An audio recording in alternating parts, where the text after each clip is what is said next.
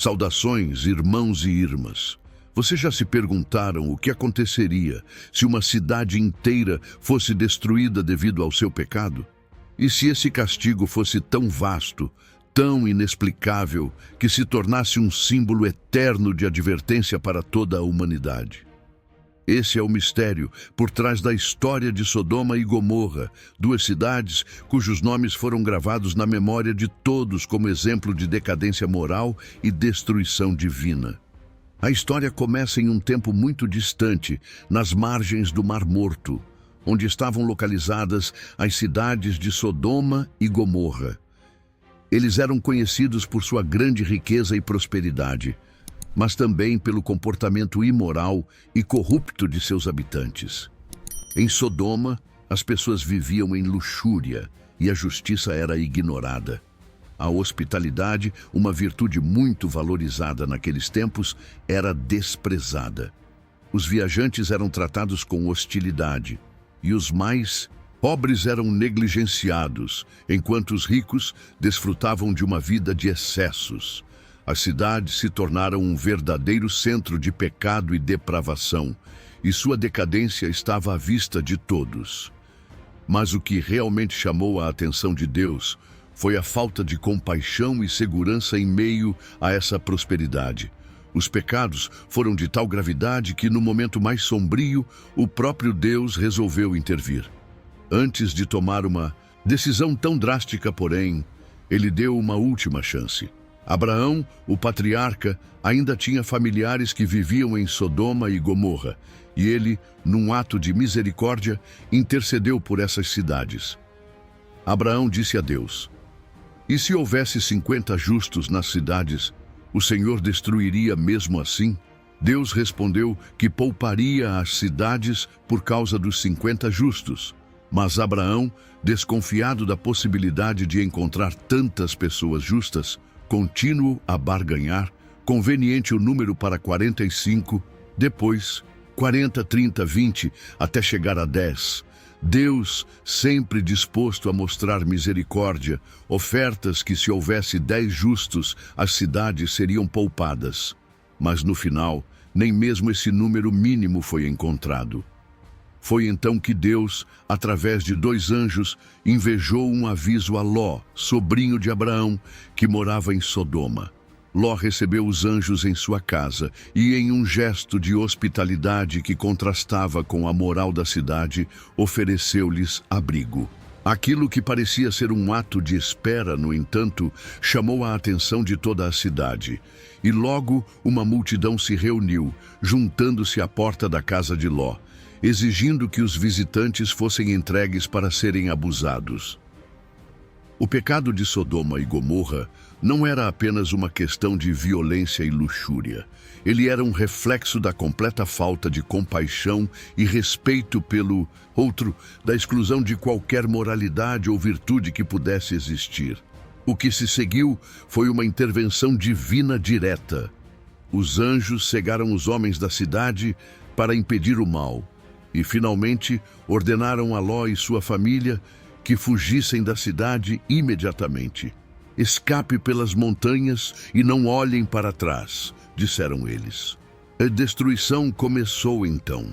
Uma chuva de fogo e explosão caiu sobre Sodoma e Gomorra, destruindo-as completamente, de tal forma que se transformou em um deserto imundo, um lugar de pura devastação, sem vida, como uma advertência para todos os que viriam depois. Mas o mais curioso e trágico aconteceria ainda na fuga de Ló. Sua esposa, olhando para trás, não resistiu à tentação e desobedeceu à ordem divina. Como esperança, ela foi transformada em uma estátua de sal, um sinal claro de que para aqueles que desobedecem a Deus, não há mais retorno. Ló e suas filhas foram os únicos sobreviventes da catástrofe, mas o que aconteceu depois da destruição de Sodoma e Gomorra é ainda mais chocante e enigmático.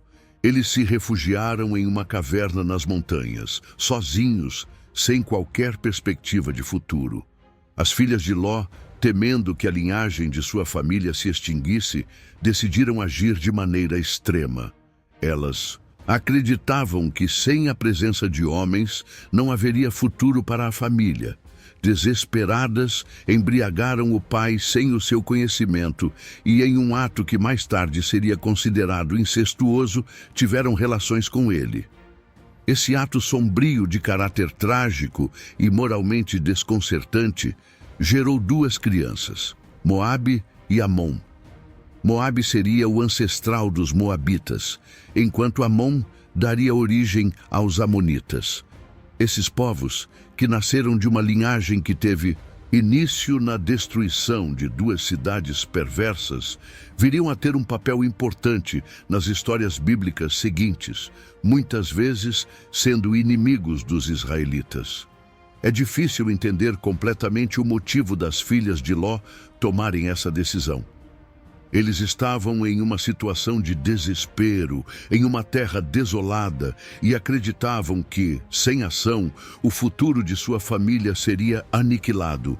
Mas, mesmo nesse contexto de desolação, a Bíblia não deixa de mostrar como até os mais humanos e os instintos desesperados podem ser prejudicados quando a moralidade e a ética são negligenciadas.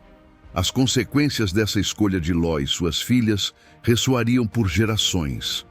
A história de Sodoma e Gomorra e o que aconteceu com Ló e suas filhas continua sendo um dos relatos mais profundos e enigmáticos da Bíblia. Ela nos desafia a refletir sobre nossas próprias escolhas, sobre o valor da moralidade e da segurança em um mundo onde os limites muitas vezes parecem ser excluídos.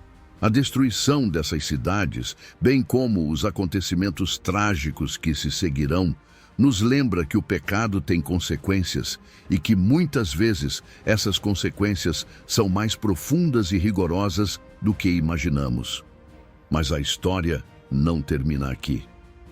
A lição que fica para todos nós é que sempre há uma chance de mudança, um chamado para refletirmos sobre nossa própria jornada, sobre o que fazemos e como vivemos em relação ao outro e ao divino.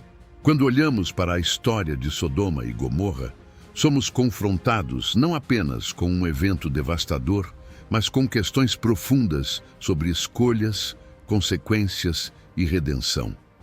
Muitas vezes, em nossa própria jornada, também somos desafiados a escolher entre caminhos opostos, o da aceitação e da salvação, ou o da resistência e da destruição.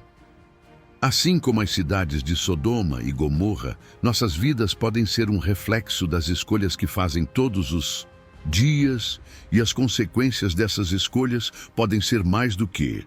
Parece claro que a queda dessas cidades não foi apenas sobre o pecado explícito, mas sobre um coração suportado, um povo que se atrasou à verdade e à compaixão, que ignorou o que realmente importa, assegurar a justiça e o cuidado uns com os outros.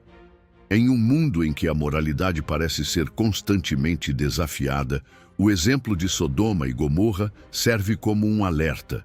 Não para nos punir, mas para nos lembrar de que temos em nossas mãos o poder de escolher o que cultivamos em nós. No entanto, a lição não é apenas na destruição, mas na possibilidade de salvação. Ló e suas filhas foram salvas, não por serem perfeitas, mas porque tomaram a decisão de ouvir e seguir a orientação divina. No final, o que define o nosso futuro é o que escolhemos fazer agora. Podemos ser tentados a olhar para trás, como fez a esposa de Ló, mas o convite é olhar para frente, para o futuro, que podemos construir com as lições que aprendemos do passado, porque no fim, sempre existe a possibilidade de recomeçar, de mudar de direção. Se você deseja aprender mais reflexões sobre histórias como essa, com profundas lições de vida e espirituais, siga o canal Alma Serena.